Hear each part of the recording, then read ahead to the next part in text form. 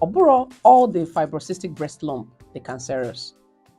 Mana to be on a safer side, obuni ifya ga wepia.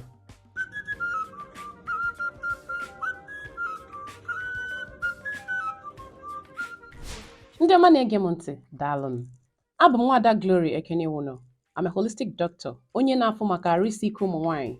N'ime arụisike ụmụnwanyị nke ụbọchị tata, asị m ka anyị kwuo maka ihe a na-akpọ fibrocystic breast lump.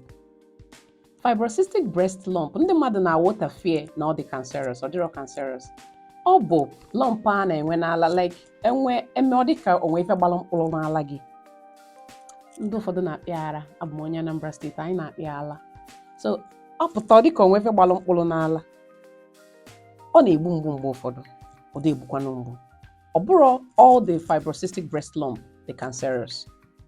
Mana to be on a safer side, ọ bụ na ife ya ga-wepịa. Ọ bụkwa na ị chọrọ ịma ma ọ dị cancerous, you can run a mammogram. Ọ bụkwa na ị chọrọ ịrun a mammogram, you can just remove it to be on a safer side. Maka na ụfọdụ ndị bụ afụkwara ana lump n'ala, onye asị na onwegokwa cancer.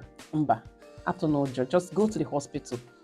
At least ka ị malụ nke ị na-agwọ, ka ị malụ ife na-eme gị, because ị ma just bido na-agwọ ya ma ọ bụ na ị mara ife na-eme gị. So my advice is go to the hospital, ka gị na doctor gị kpaa anya ọfụma, enene gị malụ ma ọ dị cancerous. Ọ bụ na ọ dịrọ cancerous, ewepịa. Ọ bụgodu na ọ dị cancerous, ewepịa. Nọdụ ọfụma. Daalụ.